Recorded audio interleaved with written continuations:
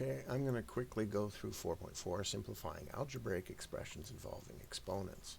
So they're sort of trying to teach you how to cancel out and how to simplify.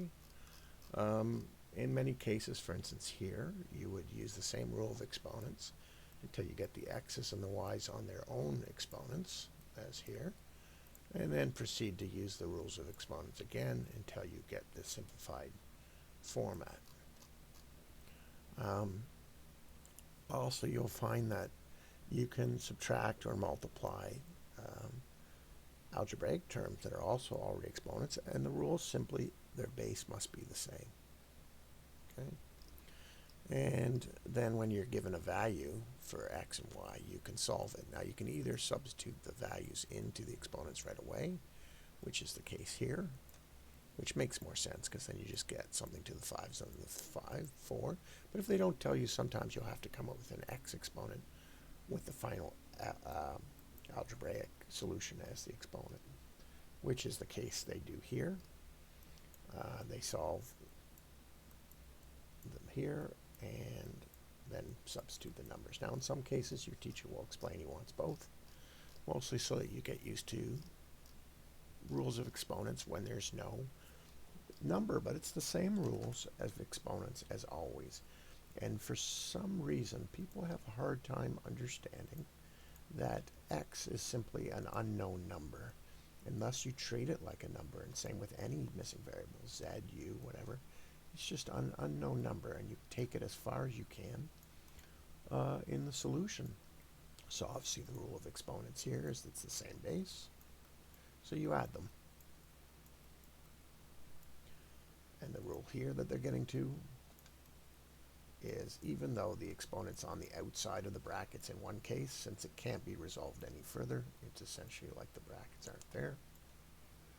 They do want you to get used to brackets though, but since these brackets can't be resolved at all, this is what we have, and we add them. And we get p to the 2 minus 3 plus 5. And then they just take you through division rules, which is subtract them. Now, keep in mind, you must keep the rules pardon me, consistent. So the exponent rule is here that I have to subtract whatever the exponent is down below, which is that. And when I have the double negative here, it becomes this. And it simply becomes m to the 8. And a lot of people get messed up there. Just remember that the rule is separate from what the exponent is. The rule is you subtract the exponents no matter what they are. Okay, and here it's the same rule. We get minus 4 as the top rule, minus the exponent. What's the exponent? Minus 2. We get a double minus here, so you get minus 4 plus 2, which is minus 2. So the final answer is a to the minus 2. Notice that, well actually I won't notice. We'll get to that in a bit. So here is an exponent of exponent, so it's 3 times 2, which is y to the 6. And even when it's negative, it's still the exponent of an exponent, which is positive 6 times negative 2, which is negative 12. So it becomes k to the negative 12, and we can't go any further without knowing what k is. Now, I do want you to notice something here. Yes, you're always subtracting the top from the bottom, right? But I also want you to notice you can also simplify things like this, and you can just leave it like that, because 3 that way leaves y to the 4. So what I'm saying is I'm going to end up with y to the minus 4 if I follow the normal rule. So let's see if that's true. 3 minus 7 is minus 4, so I get y to the minus 4, which can also be expressed as 1 as y to the 4. Now, they want this, but I just want you to see that when the exponent's bigger down here, you can just sort of realize it's going to become 1 over, 1 over y to the 4. Why 1 up here? Because essentially the y's are, how many y's up here do I have? If you want to write it the way it should be expressed, y to the 3 is simply y times y times y. And y to the 7 is y times y times y times y times y times y times y. And you can see that these three y's cancel out with these three y's, leaving 1. I've got 4 y's left down here, and y times y 4 times is y to the 4. You can see it works out when you look at it logically. But these basic concepts, I prefer that you understand. It doesn't help if you just memorize processes. It helps better if you understand processes. So they're getting you to practice again. They're saying just resolve it. So it's the same rule, except that you have to do certain rules in order. So exponents come first, and because we have an exponent of an exponent here, this has to be resolved before you multiply it out, because this is just a multiplication going on. This is an exponent going on. So what's 4 times minus 3, which is the exponent rule? Minus 12. Now you've got y to the 10 times minus 12, and you're going to end up with y to the minus 120. And you can see that it can change drastically. Now, if you were just to, I think it still works out here. In this case, it becomes y to the 40 times 3, which is still y to the minus 20. So I think it still technically works out, but I prefer you thinking in these terms. Because if we're talking about, yeah, I prefer you still follow BEDMAS when you're doing it. I should examine that more closely and see if BEDMAS still applies for this. So here we have an exponent of an exponent, so we're going to resolve that first. You multiply them, and same here, you multiply them. Now, when we multiply these two, we're adding these exponents. Plus minus 6 is the same as minus 6, so it becomes x to the 3. So that's that. Here, it helps for clarification's sake to resolve the exponents first. So up top I get n to the minus 12, and down below I get n to the positive 12. And the rule is I have to subtract them. So what's minus 12 minus positive 12? It's the same as minus 12. It's minus 24. So get x to the n to the minus 24, which, by the way, is the same as 1 over n to the 24. So you can see, generally, I think your teacher should accept either way. You should ask your teacher always how he likes the final answer to be expressed. Well, if I resolve the top, there's a multiplication. If I resolve the bottom, it's the exponent of an exponent, which is, I screwed that up at the top. That's an addition, 4 plus minus 3, 4w to the 1. Down below, it's a multiplication. It's minus 2 times minus 1, positive 2. When it's 1, when you don't see anything, it's just 1. So it's 1 minus 2, so it's minus 1. Is the final answer, which is also 1 over w, which is 2 plus 1. You just don't ever see that. There's 1s everywhere. When I write 5, it's actually 5 to the 1 to the power of 1 multiplied by 1. And all those 1s are there. We just don't write them down because there's no need. Same rule here. So you're doing the power of a power rule here. So you get minus 4. Then you're adding to the 1, so it's x to the minus 3 divided by x to the minus 3. Any number divided by itself is 1.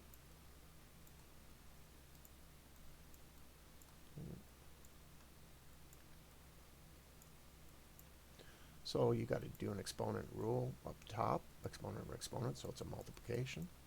And down below, this is all a multiplication, so you just add them. 1 plus minus 5, which is minus 5, minus 4, plus 9, which is plus 5.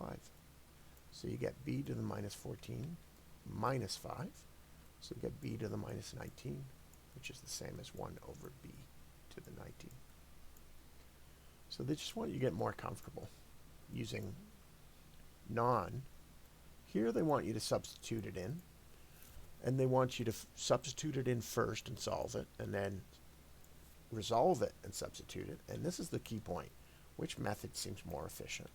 Sometimes substituting it is, and sometimes resolving it is. Looking at it now, looking at the numbers I'd have to use, resolving it's going to be a lot simpler. So up top, the x7 doesn't change, and the y becomes y to the 6, and down below, this is definitely going to be simpler, y to the 5 and y to the 4. But keep in mind, it doesn't always end up that way. I end up with x squared times y squared.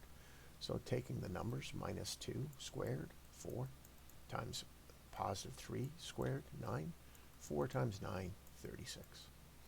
So this was definitely more efficient this time. But believe me, sometimes substituting it in is indeed more efficient. Depends on how complicated the simplification is. So now that they've warmed you up, they always up the level of difficulty.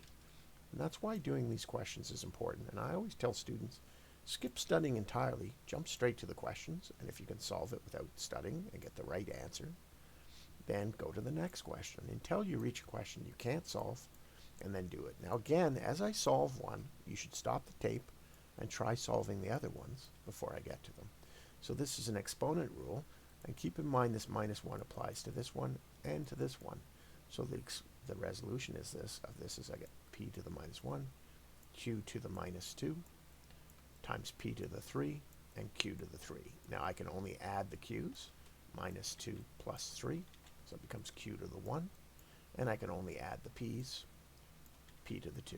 So the ultimate answer is p squared times q is the final solution.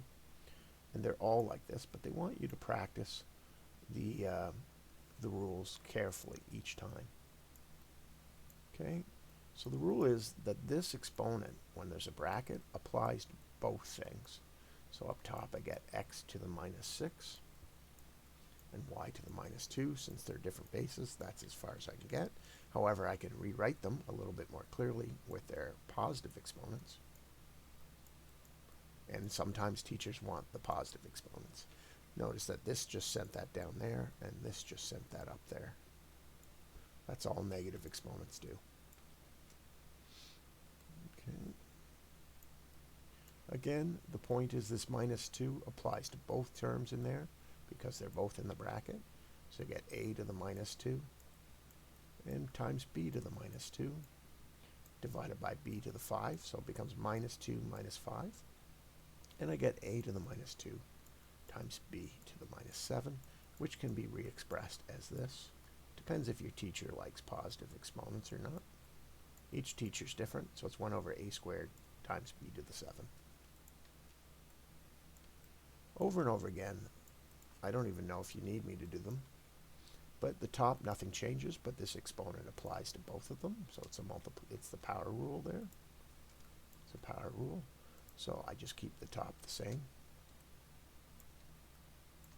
And the bottom, the m becomes m to the 6. And the other one becomes n to the minus 4. And then I can only subtract the same bases. So up top I get m to the minus 4 times n, and 2 minus minus 4 becomes n to the 6. So ultimately, if I'm going to express it as a rational answer, it would be this. This minus 4 sends m to the denominator. N to the 6 divided by m to the 4. Or it can be expressed like that. Okay.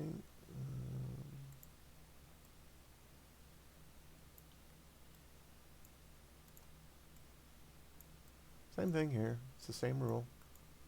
The power rule has to apply to everything in the bracket.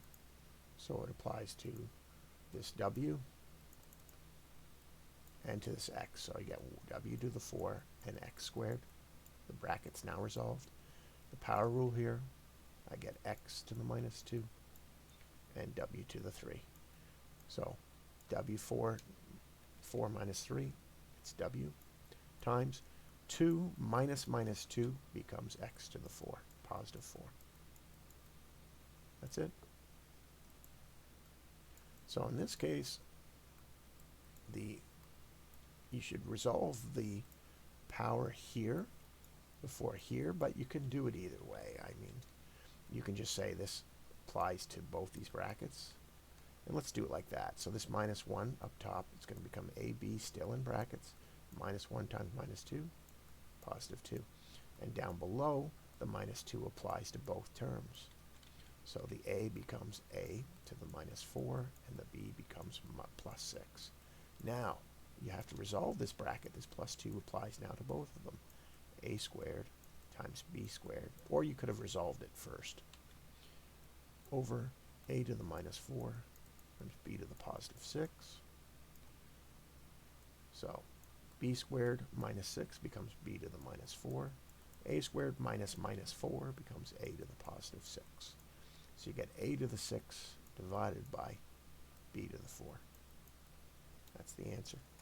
And they just want you to get comfortable, because obviously it gets harder and harder, right?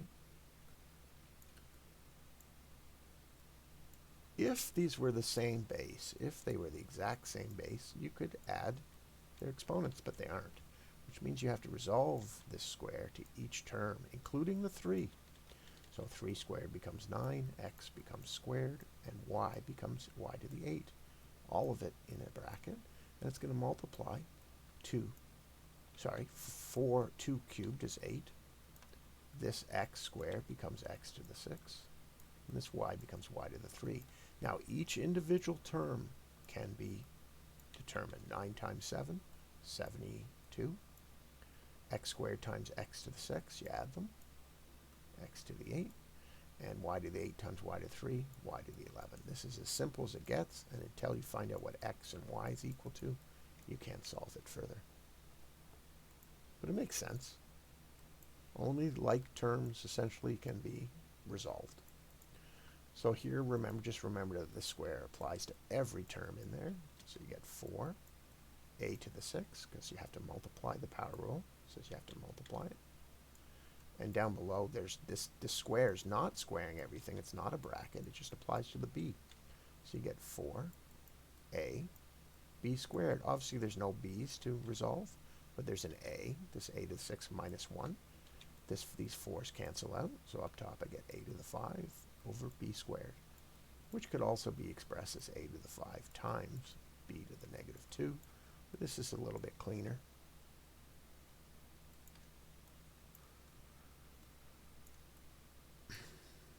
And just keep remembering that the exponents to brackets apply to everything in there, and that x to the minus 1 essentially sends 10 to the minus 1 essentially just sends the 10 down there.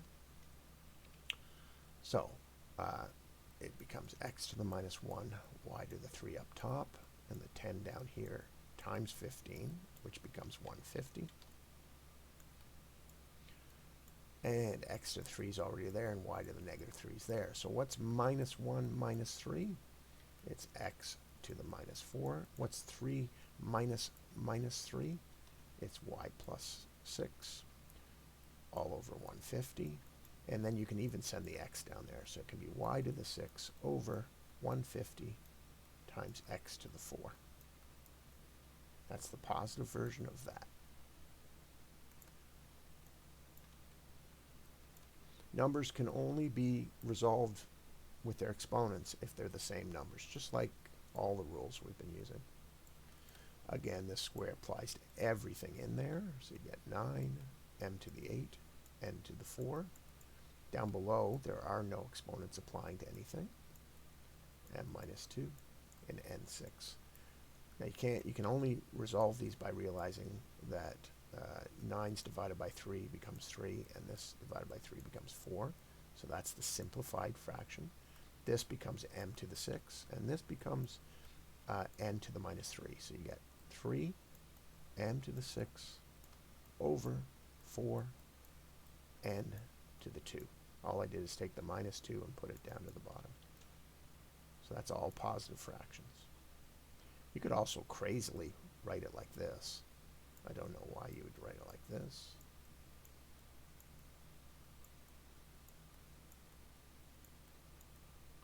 Just so it all is one line with no fractions. And that's the flexibility of these math rules. So long as you're not breaking any rules, they can be applied over and over again. So the rule here is this exponent to the r, so you get p minus 5, r to the 6. This square applies to both things, so you get p to the 4, r to the 2. This minus 1 has to multiply times the 2, so you get p to the minus 2. Now you might as well resolve these p's down here. 4 plus minus 2 is p to the 2 times r to the 2. And up top is p to the minus 5 times r to the 6. 6 minus 2 is r to the 4.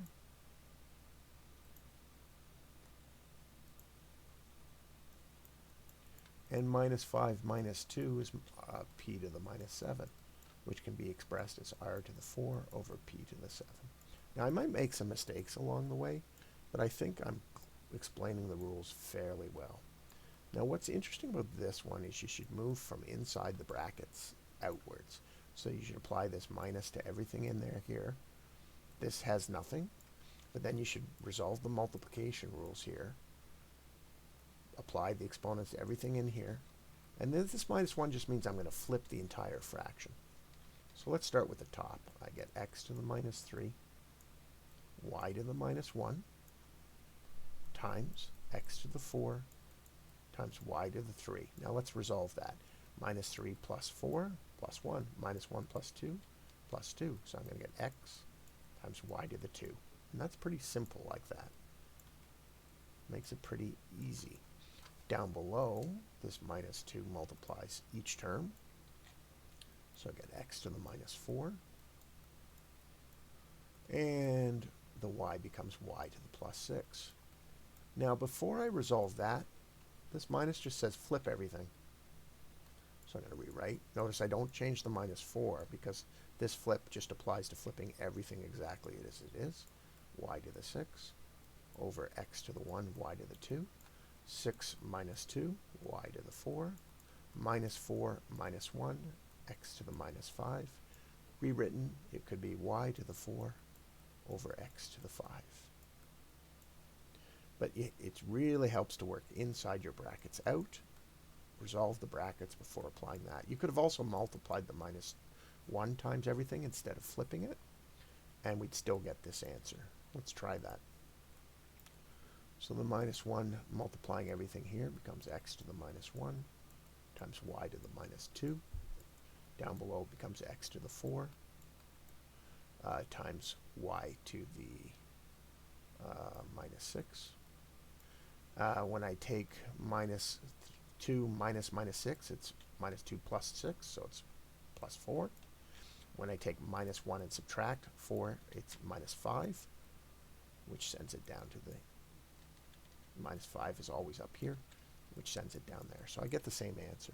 When you're doing the subtraction rule, you're keeping everything on the numerator. And then if it's still a minus, then you send it down to a denominator. Really helps if you practice your power rules with numbers first and understand what a negative exponent is first before you ever come up to these. Students always want to run right to the end, and then they don't understand why they don't get the concepts. Math is a pyramid, and you have to learn it slowly and start with your basics. If you can't add and subtract fractions, forget it. Start with there. If you don't have your basic multiplication down, forget it. Start it there. If you don't know what 3 to the minus 1 is, forget it. Go learn that before you ever come here, because it just will boggle your mind. So here we can resolve these fractions first. Exponents of exponents, 4 times a half becomes 4 over 2, which becomes x squared. So this whole thing becomes x squared.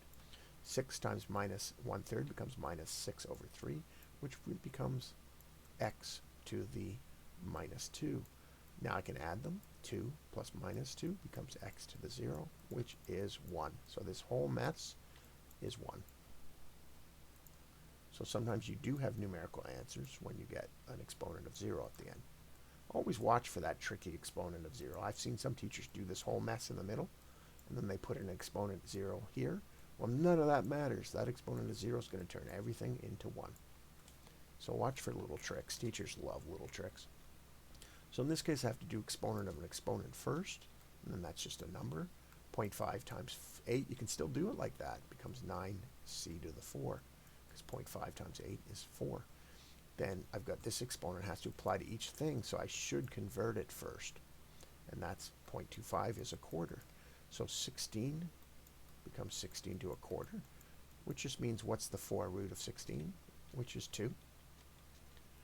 And then the c 12 times a quarter becomes c 12 over 4, which is just c to the 3. So this whole thing resolves to 2c3. 2c3. This 0.5 does not apply to the 9 because it's only affecting this bracket. You cannot resolve that, so it just but you can 4 minus 3 here, so it just becomes 9c over 2, or 9 halves times c. Keep in mind your book will often write the fraction different, like that. But it still means this. This is still still true. And it's just the same thing. It's 9 over 2 times x, or 9 times x divided by 2. It doesn't matter how you write it. It's the same thing. Here it helps to convert all these square roots to fractions. And notice that inside it's got its own exponent, but it's not in a bracket, so that minus 12 is only going with an m. But the whole thing is to the half. And same with the bottom. This whole thing is to the half. And you got to put it all in brackets because it's all getting square rooted. So this half needs to apply to this 25. Well, 25 to the half is the same as the square root of 25, so that's 5. And this minus 12 times 1 over 2 becomes minus 12 over 2, which is minus 6. So you get 5m to the minus 6. This half applied to 36 is the square root of 36, which is 6. And this half gets multiplied by the 10, so you get 10 over 2, which is m to the 5. Then you get minus 6 minus 5, so you get 5 over 6 m to the minus 11, which can also be expressed as 5 over 6 m to the positive 11. Depends how your teacher likes it expressed. I used to have a teacher who insisted on positive exponents only. Okay, so the easiest thing to do is convert this thing here is actually to the third. That's what they want you to get used to, is realizing that it's just another exponent. So that is the same as the whole thing was in the cube root to a third. So start with inside the brackets.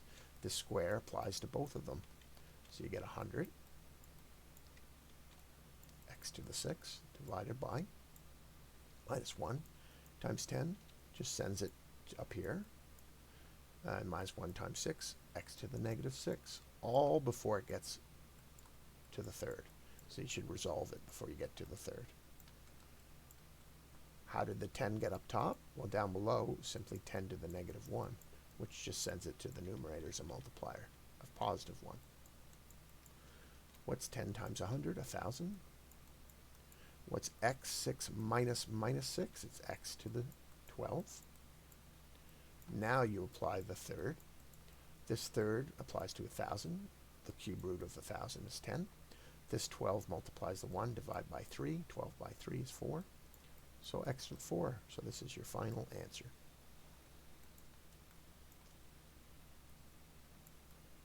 Always work from inside your brackets outwards, and realize that exponents over brackets apply to both terms. This minus 2 becomes 32 to the minus 2. This minus 2 times 5 becomes x to the minus 5. Divided by this 10 multiplies the x to the minus 10. What's minus 5 minus minus 10? Plus 5. So you get 32 up top to the minus 2 times x to the 5, all before the bracket of a fifth. 0.2 is the same as 1/5. Let's re-express this and say it's x to the 5 divided by 32 squared, all to the fifth. This fifth applies to the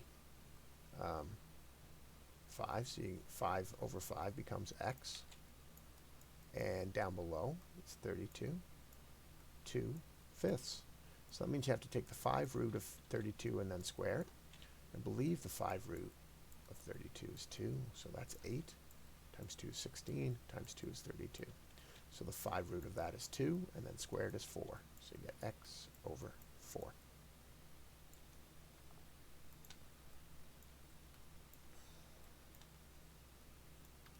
This, they just want you to express it. That 10 root up top is the same as 1/10 exponent.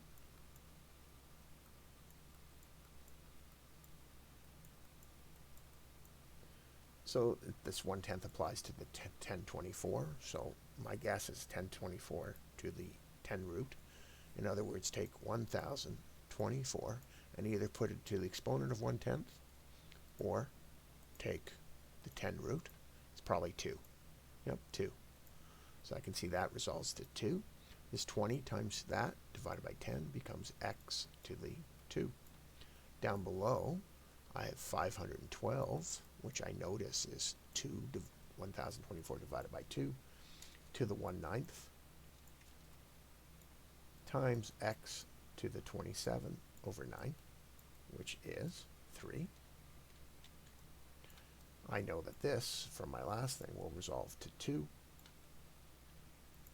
I can see that 2 divided by 2 is 1. X to the 2, 2 minus 3, x to the minus 1, which is 1 over x, is the final answer. The simplified answers are really easy. In this case, you would want to simplify before solving for x. The more calculations you put into math, the more errors can occur, which is why really they're teaching you these methods. So here they give you y and x. They want you to solve it. I'm going to just solve the internal, and then you can do that. So the half applies to each thing. 16½ is 4. 6 times a half is x to the 3. Y times the half becomes y to the 2. Then I would just substitute. Well, this y1 makes things easier. I could have just solved my y as 1 and just ignored it the whole time. And so it just becomes, what's x cubed? Well, 2 cubed is 8. What's 4 times 8? 32. So that's it over and over and over again. So it's obviously easier to resolve it. And just take notice of what they equal in case it's easier to solve. So this half gets applied to each. A 9 to the half is the same as 3. This times a half becomes minus 1. Down below, nothing changes. These resolve. They each divide by 3. These resolve. Minus 1 minus 2 becomes p to the minus 3 over 2, because this disappears and this becomes 2, which is 1 over 2 times p to the 3. 3 to the 3 is 27. 2 times 27 is 54. So the answer is 1 over 54. But you can see by simplifying it is a lot easier than plugging in. It's a lot easier to do that than it would be to plug in 10 for here and solve and 5 for here and solve, because you got so many calculations. So here the half applies to everything. So up top, the square root of 81 is 9. That's what a exponent of a half is. 8 to the x to the 4 becomes x to the 2. Y to the 6 becomes x to the 3. Down below, this third only applies to the things in this bracket, so this 8 just stays there.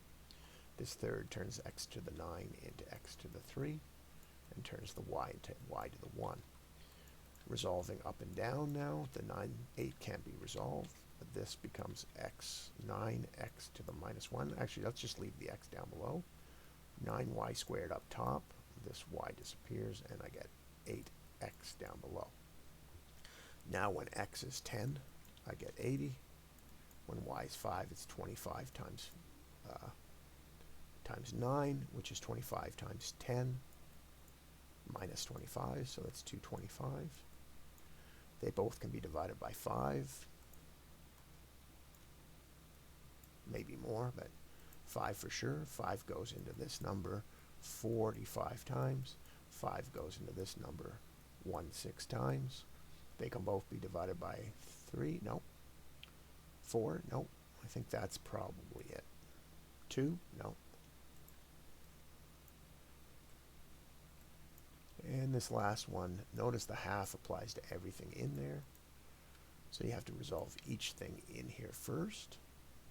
So this minus 1 just takes the 25 and sends it down below, and makes a to the minus 4, which also sends it down below. But we're going to just leave it as 25 to the minus 1 for now, and a to the minus 4. Down below, this 2 applies to everything, so it becomes 49. to the minus 4 and b squared. There's no b's up top. These a to the minus 4's just cancel out. This 25 just goes down below. So you get 1 over 25 times 49 times b squared. B is 10. Notice we didn't even have to use the 11. B is 10, so that's 100.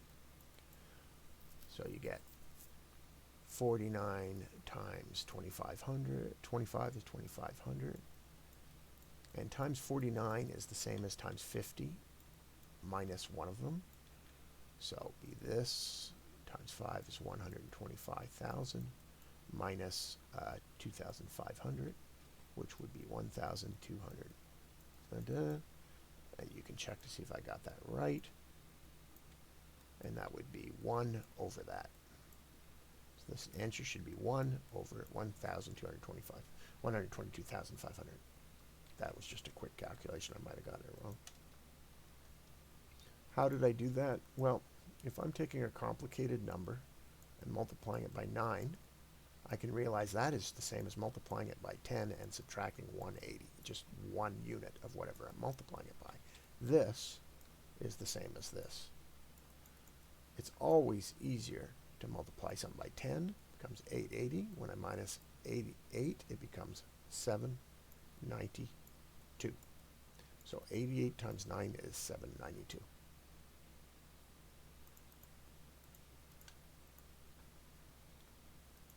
Use your base 10s and 5s. They're easier to multiply by.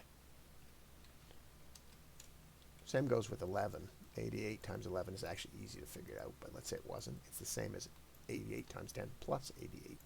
So that's 888 plus 88. 968 is 11.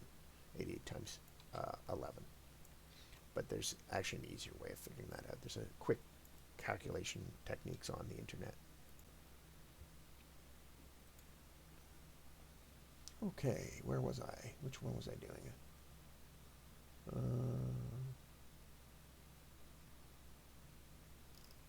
No.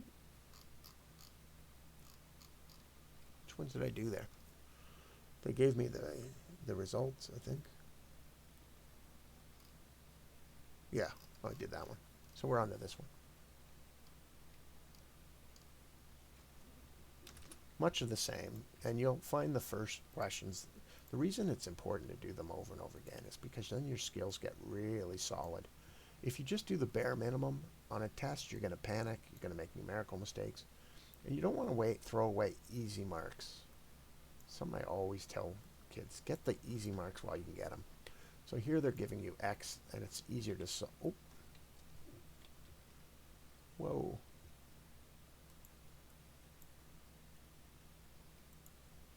And it's easier to solve as far as you can before replacing it with X. I don't know what happened there, but whatever. So let's start with this one. There we go. So don't put X in there first. Just realize that 10,000X in the middle is the same as 10,000 square root, rather, is the same as that. And it's all to this. This 3,2 applies to the 10,000, and this, so does this half. So first, if you find the square root of 10,000, it's probably a mistake. So just take, oh, actually no, the square root of 10,000 is easier to do. And then it's x to the half. And then just realize that this 3,2 applies to everything in there. So you're taking the square root of 100, and then, which is 10, and then cube rooting it. So you're going to get, or cubing it, so you're going to get 1,000. And then this 2, this half times this becomes x to the 3 over 4. Okay? And now if x is 16, the 4 root of x is 2. The cube of it is 8. 8 times 1,000 is 8,000. So that should be the answer there. You can also just put it all in your calculator there to verify.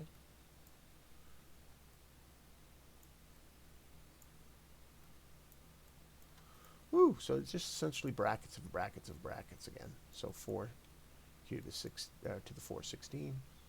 x to the 12. Down below it becomes x to the 18. We can resolve our x's. You get 16 over x to the 6. If you don't see how I do that, just go the long route. All of it is to the negative half. All of it is to the negative half. Let's resolve the negative first. Just means flip my fraction. So that becomes this. All of it to the half. What's the square root of x to the 6? It's x to the 3. What's the square root of 16? It's 4. Now I take 5, put it in there. 5 cubed is 125 divided by 4. So you could leave it like that, or you could do it even worse and say that's 62 and a half, 31.25. If I got my numbers right. I think I did. Who knows?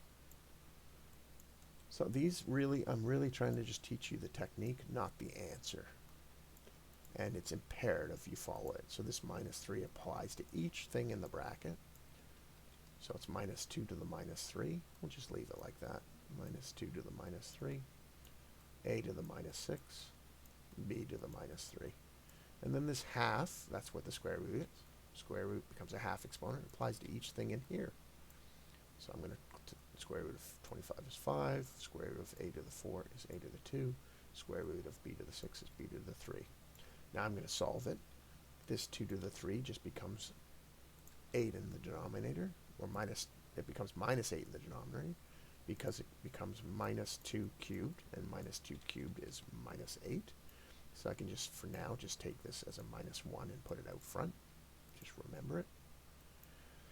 This a to the 6, negative 6 is down there. Oh, let's resolve up here first. So there's a 5. Did I do that first?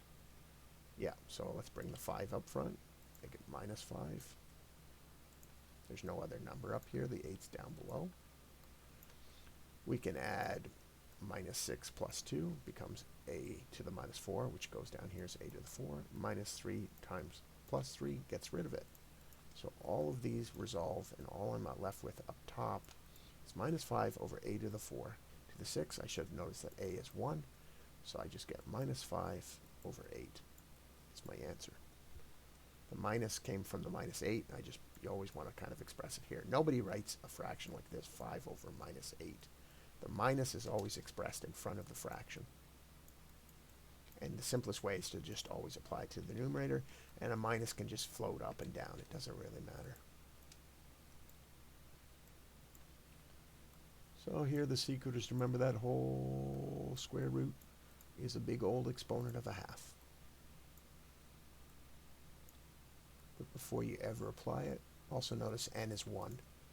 So I would like to just get rid of all my n's and not be tricked anymore, because it doesn't matter where the n goes, it's 1. So it helps to just notice right away.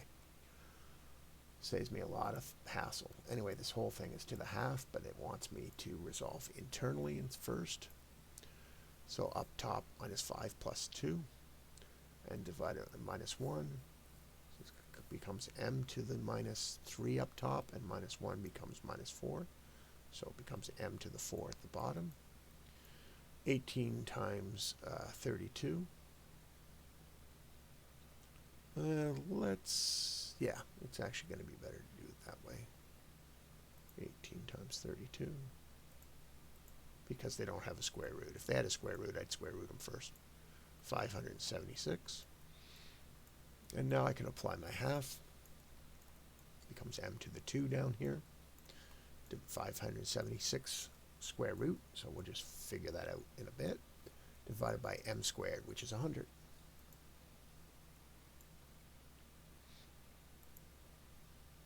Now you could turn this 9 into a 9 times 2, and then you'd be left with 3 square root of 2.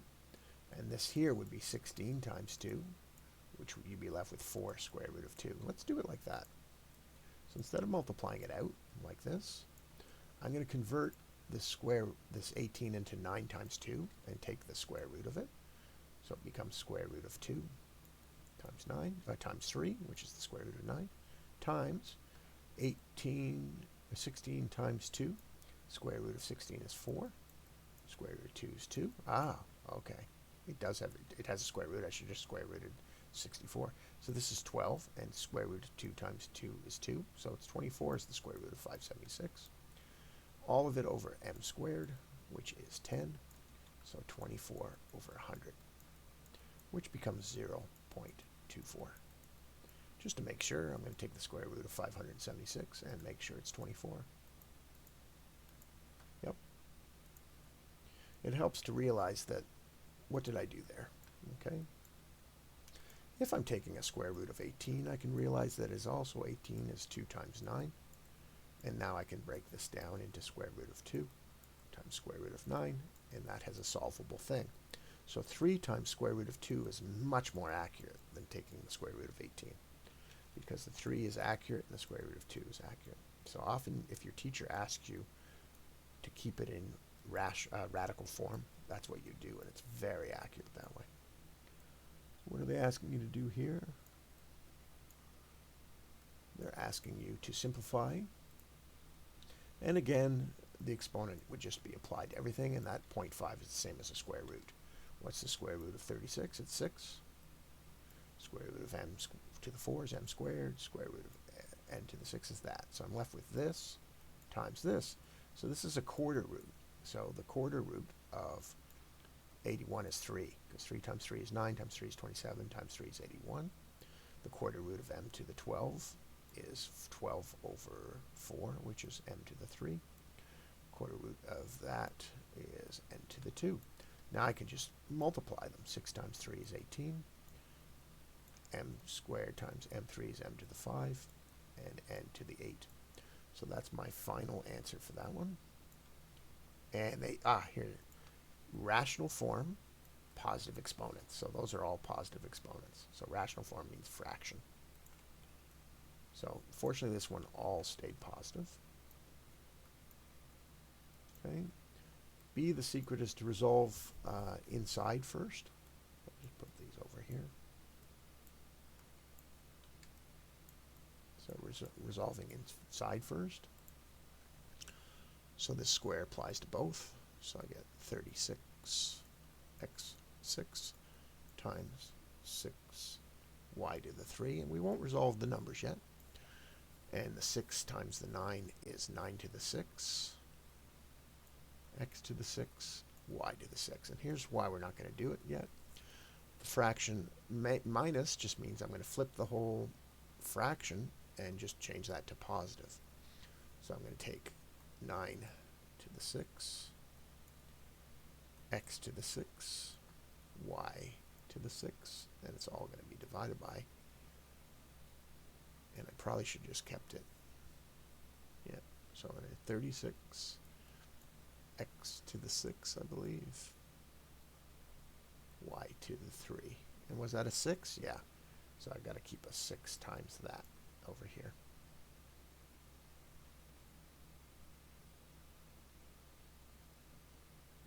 Actually, I could express that as 6 squared, and 6 to the 1 becomes 6 to the 3, which makes more sense.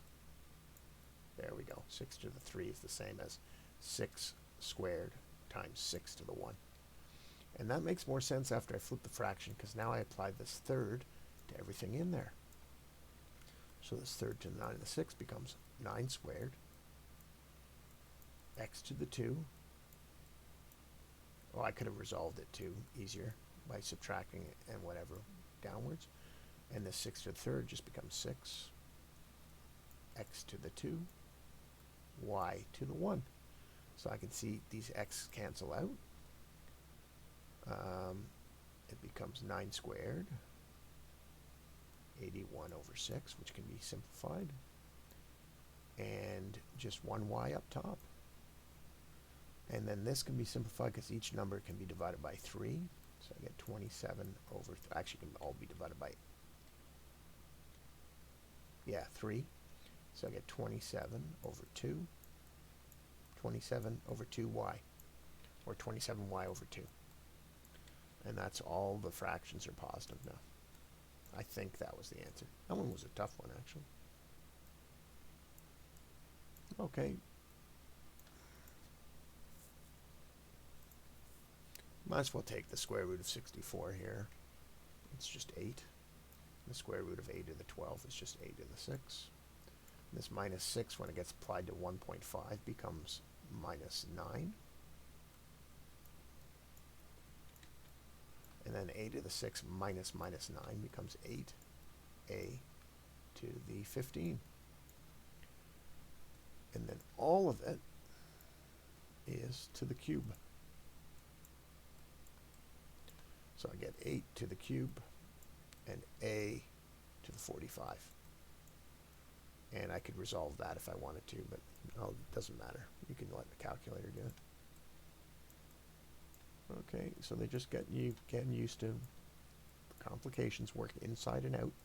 So this minus 6 multiplies this 18, and you get x to the minus 3. And down here, this quarter fifth root, you could probably find if 243 has a fifth root. It'll make our life easier. And it does, it's 3. So down below I got 3, and the fifth root of x to the 10 is x to the 2. Minus 3 minus 2 becomes x to the minus 5 over 3. Now all of it is got a half up here. That's what 0.5 is. So if I express it first as a positive, I get 1 over 3x to the 5, and that re-expressed becomes 1 square root of 3, a bit of unusual, times x to the 5 over 2. And the square root of 1 is just 1, so that just stays the same. That's the final answer. Yikes, that one's just sort of ugly. So I'm just making it a little bit harder. And then it's got a little m in here, usually a little harder. So now we got to figure out when m will be 1, which means they all have to cancel out. When will we create anything m bigger than 1? When the denominator is smaller than the top. When will it fall between 1? When the denominator is bigger than the numerator is bigger than the denominator and positive. And when m will be smaller than 0 when the either side is negative and the other side is positive. So let's resolve it first. The 4 root of 16 is 2. The 4 root of x to the 8 is x squared. And the quarter root of x to the minus 4, it becomes y to the minus 1. Down below, the 4 root of 32 becomes 2. Nope. It does not. So we're just going to keep, it becomes 32. Yeah, good question. 32, does it have a square? It shouldn't. No, it doesn't. So you could do it like 16 times 2. And 16 has a 4 root, and then the 2 can't be resolved. No, 16 doesn't have a 4 root. My apologies. Yeah, it does. 2 times 2 times 2 times 2. So it becomes 2 times the quarter root of 2. If you don't know how I figured that out, divide your 32 up and take quarter roots of it. And then this quarter root becomes x to the ooh, boy, they make this one complicated, don't they? X to the, oh, there's no quarter root at the bottom. My bad. The quarter root only applies to the top. So you get 32, x to the minus 2, y to the 8. So up here, minus 1, minus 8. So it becomes y to the minus 8 up top, or sorry, minus 9. So y to the minus 9 up top. 2 minus minus 2 becomes x to the 4. And this simplifies to 1 over 16. Now we send the y down to the bottom. So x to the 4, 16, y to the 4. Now here we go. This is going to equal to 1 when they both match. So when x to the 4 equals 16 y to the 4, which means when x to the 4 is equal divided by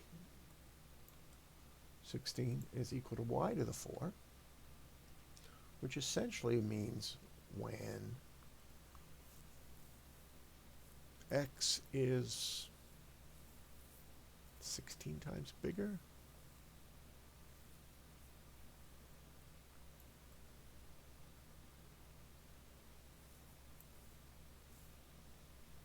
does that work? So if x is 2 divided by 6, oh yeah, it's got to be 16 times bigger. So if y is 2,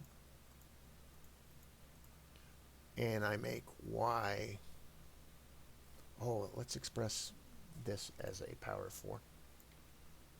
2 to the power of 4. 2 times 2, 4 times 2, yeah. That's what 16 is. So I believe when x is twice as big, they will be equal.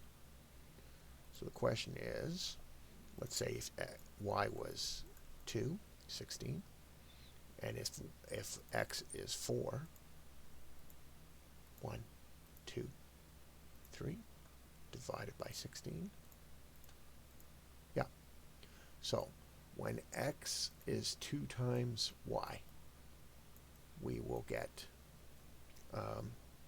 this situation. Let's see if that works with 3 and make sure. So 3 to the power of 4 is this. Okay, so that's 81. So that means when 6 to the power of 4 divided by 16, will it be 81? Yeah. So when x is 2 times y, we will get that situation. We will get 1. So when x is 2 times y, we will get 1. When will we get? Oh, I shouldn't have deleted my fraction. There we go. When will we get something bigger than 1? When x4 is bigger than 2 times y. Sorry, when x is bigger than 2 times y. When will we get this? We'll get this when x to the 4 is smaller than, yeah, we'll get it when x is smaller than y. And when will we get the smaller than 2 times y, rather? So anytime you can get this smaller than that, you'll get something in there. And it doesn't matter if it's positive or negative. When will we get it negative? Impossible. There's no values of x I can stick in here and y in here, because when they get to the power of 4, they become positive. So the only thing I would say is that's impossible. If we had a different situation, like a 3, and this was squared, it would be when y is negative. But because they're both to the 4, this always becomes positive. I think that's the answer. Take some analysis to understand fractions, eh? So whenever your numerator is bigger than your denominator, you will get a number above 1. Because let's say 7 divided by 6 is always at least 1.16. Whenever your numerator is smaller than your denominator, you will get between 0 and 1. And that's because you're always creating a fraction that's below 1. No matter what I take, if I take 1 for my numerator and 1 million, I'm still above 0 and still below 1. If I take 99 for my numerator and 100 for my denominator, I'm still below 1 and above 0. And then finally, their other question was, when will they equal 1?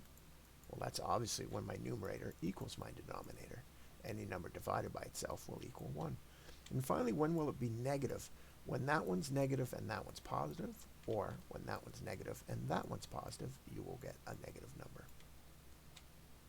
Helps to understand the fundamentals. The volume of a surface of cylinder is given. That's surface area, and that's volume. Determine the expression in simplified forms that express the surface area to volume ratio. So that's easy. Surface area divided by volume is the ratio. You're obviously going to see things carried on. And this can be re-expressed as this.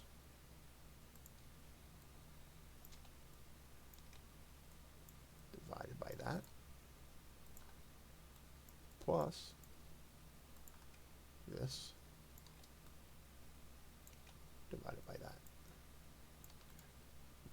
Fractions can always be re-expressed. So you can see pi's cancel out. one of the r's cancels out, and the h's cancel out. So you get 2 over r, just to make sure. You get 2 over r plus pi's cancel out. Both r squares cancel out. 2 over h. If you wanted to re-express that as a one fraction, you would do it. You would multiply this by r over h, and this by r over r, and you'd get 2h plus 2r over rh. And that would be a single fraction expression of the same thing that I had a second ago. This is the same as this.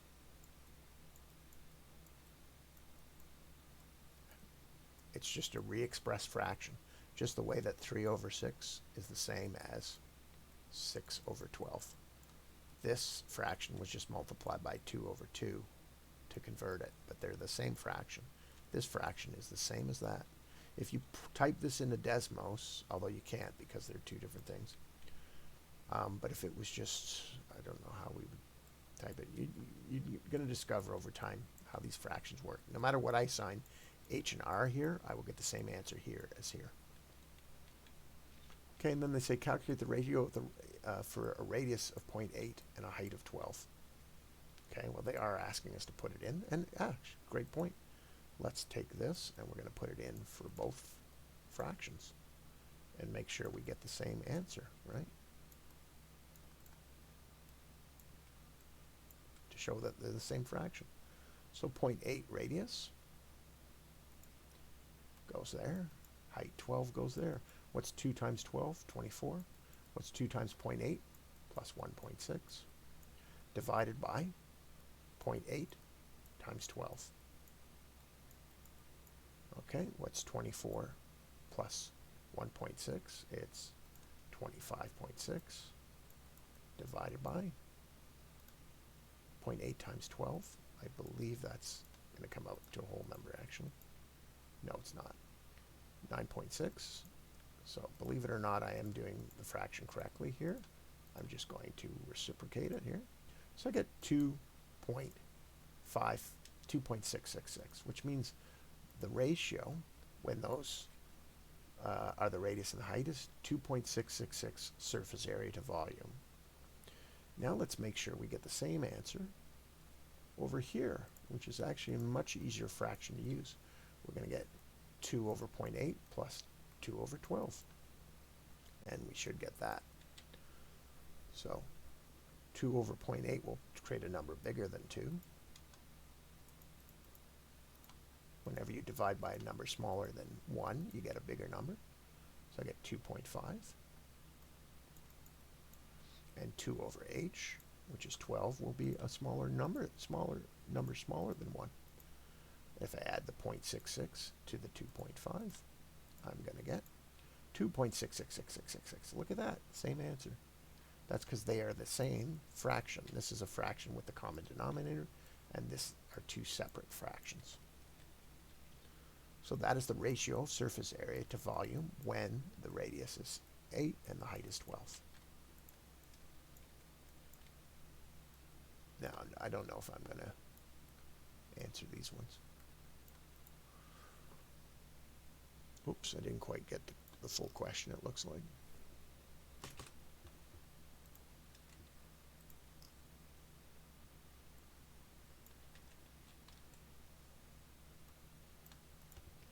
If x is minus 2 and y is 3, write the three expressions in order from least to greatest. No.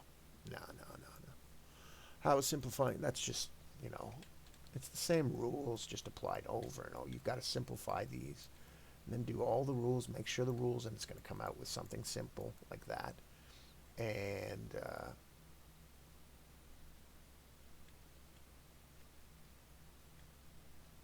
And then you got to figure out which one is bigger, which one is smaller, and write it in order. No big deal. I'm not doing that.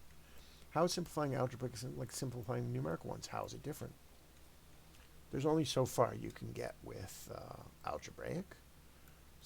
Numerical ones you can put in decimal form, but it won't be quite accurate.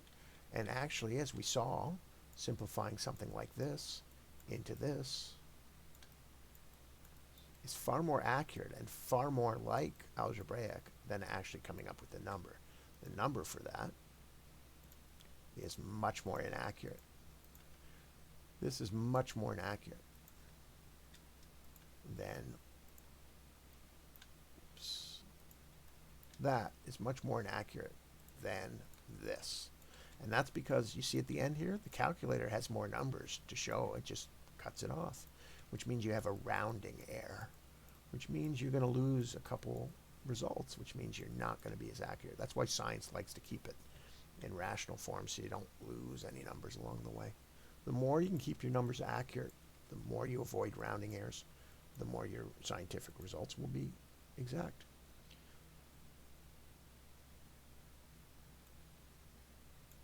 Okay. Okay, no problem. So that means just solve for r. So we have to reverse our BEDMAS here. Whenever we're solving, we reverse. The story of r here is that r got cubed, then multiplied by 4 over 3 times pi. So reversing it, we have to get rid of the exponents. And the easiest thing I can do is multiply it by its reciprocal. This pi is technically pi over 1, even though it's not written like that.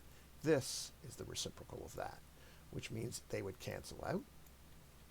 The sooner you understand that, the better, and they would move to the other side.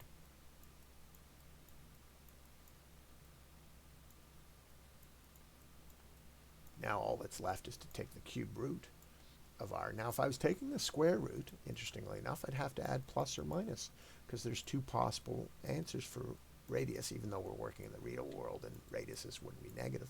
However, when I'm taking a cube root, I don't have to do that.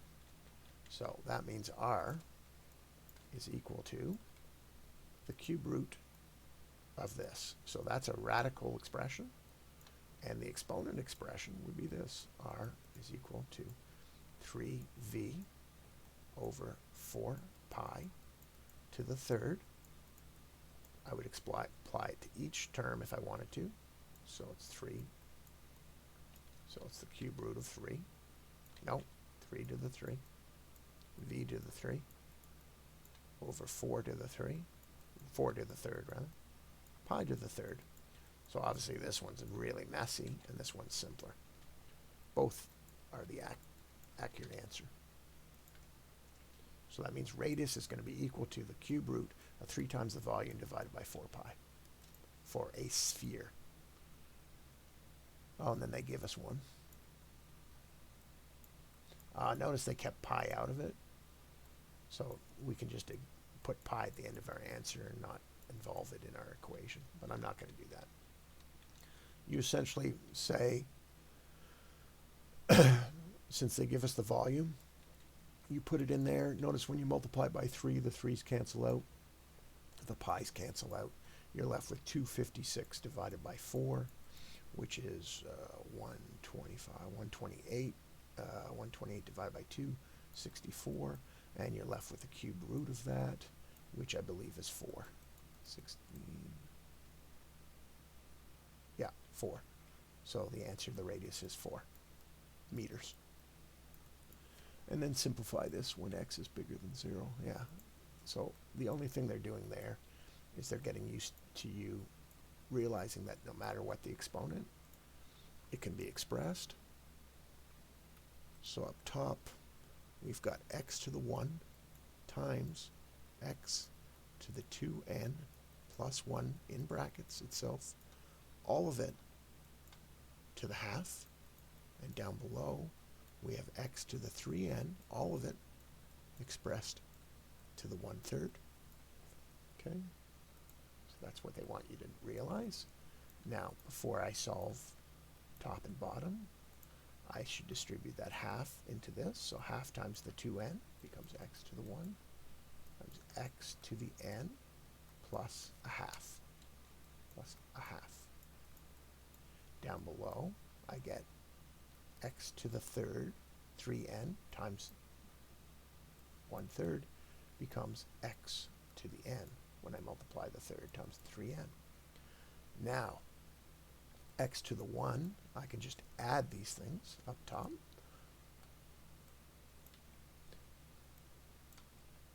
When I'm multiplying, they have the same base, right? So I just got to add all of that to 1. So it becomes xn plus 1.5, which is 3 over 2. All divided by xn, which means I can now subtract x to the n plus 3 to the n minus n, and it becomes x to the 3 half. Should be the answer. And there you go.